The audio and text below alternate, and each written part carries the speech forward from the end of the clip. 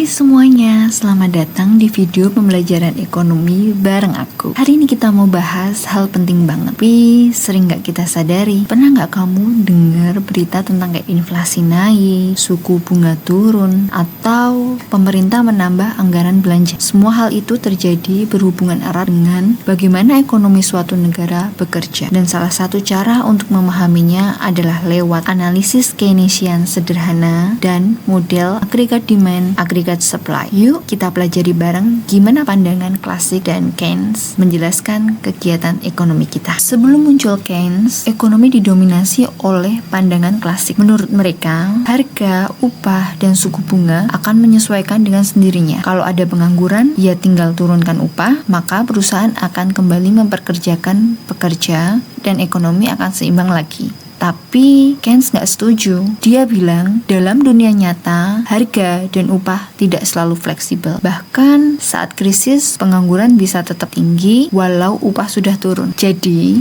menurut Keynes ekonomi bisa berhenti pada kondisi pengangguran keseimbangan, bukan full employment. Dan disinilah peran pemerintah jadi penting untuk membantu memulihkan permintaan dan kegiatan ekonomi. Kaum klasik percaya bahwa ekonomi selalu menuju full employment. Artinya, semua sumber daya, tenaga kerja, modal, dan tanah akan digunakan sepenuhnya. Mereka yakin kalau terjadi gangguan, pasar akan menyesuaikan diri secara otomatis. Maka dari itu, peran pemerintah dianggap tidak diperlukan. Pasar dianggap paling tahu cara menyeimbangkan diri. Keynes melihat hal yang berbeda. Menurutnya, tingkat kegiatan ekonomi ditentukan oleh permintaan efektif, yaitu permintaan barang dan jasa yang benar-benar didukung oleh kemampuan membeli. Kalau masyarakat menurunkan konsumsi karena khawatir harga naik, perusahaan juga menurunkan produksi. Akibatnya, pengangguran meningkat dan pendapatan nasional turun. Untuk mengatasi hal ini, pemerintah harus turun tangan. Caranya bisa dengan menambah pengeluaran, menurunkan pajak, atau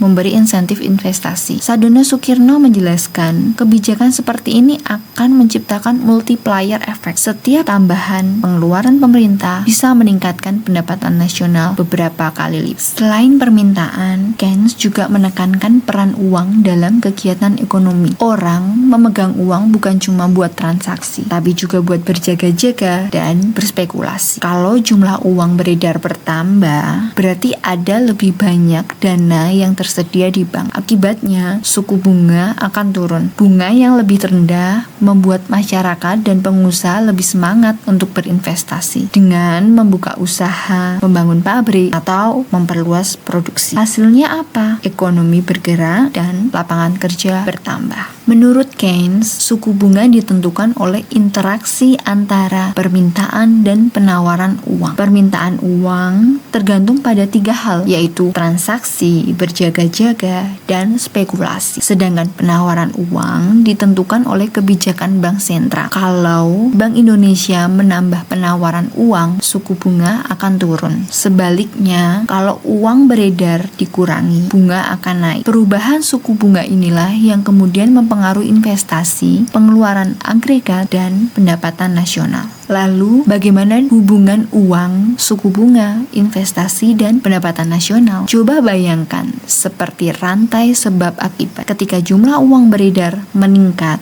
suku bunga akan turun. Suku bunga yang turun tadi menyebabkan investasi naik. Investasi yang naik menyebabkan pengeluaran agregat meningkat. Dan akhirnya pendapatan nasional pun naik. Sebaliknya, kalau uang beredar berkurang, rantainya berbalik, bunga naik, investasi turun, dan ekonomi melambat. Itulah inti dari analisis Keynesian sederhana. Dalam model agregat demand, agregat supply versi Keynes, kurva agregat supply bersifat datar ketika banyak pengangguran. Artinya, kalau permintaan naik, produksi juga naik, tapi harga belum berubah. Namun, ketika ekonomi mendekati full employment, kurva agregat supply mulai menanjak. Kenapa hal ini terjadi? ekonomi karena sumber daya langka dan harga-harga mulai naik. Inilah yang disebut inflasi permintaan atau demand pull inflation. Jadi, keseimbangan ekonomi bisa terjadi di mana saja, tidak harus pada full employment. Sekarang kita mau lihat contoh nyata di Indonesia. Beberapa tahun terakhir, pemerintah gencar mendorong pembangunan infrastruktur seperti IKN, jalan tol, dan transportasi umum. Tujuannya bukan hanya membangun fasilitas, tapi juga meningkatkan permintaan agregat agar ekonomi terus tumbuh. Di sisi lain, Bank Indonesia menyesuaikan suku bunga acuan untuk menjaga inflasi dan stabilitas harga. Ketika bunga turun, investasi naik. Kalau inflasi naik, bunga dinaikkan supaya daya beli terkendali. Kedua kebijakan ini, yaitu fiskal dan moneter, adalah penerapan nyata dari pemikiran Keynes, di mana pemerintah dan bank sentral bekerja sama untuk menjaga keseimbangan ekonomi. Dari semua yang kita bahas kali ini, jadi apa yang bisa kita ambil? Keynes mengingatkan kita bahwa pasar tidak selalu mampu menyeimbangkan diri. Kadang dibutuhkan peran aktif pemerintah dan kebijakan moneter agar ekonomi tetap stabil, pengangguran berkurang, dan masyarakat sejahtera. Dengan memahami teori ini, kita jadi tahu bahwa ekonomi bukan hanya soal angka, tapi juga soal kebijakan dan perilaku manusia. Semoga video ini bisa bantu kamu lebih paham lagi tentang analisis Keynesian sederhana dan model agregat demand, agregat supply. Sampai jumpa di video selanjutnya.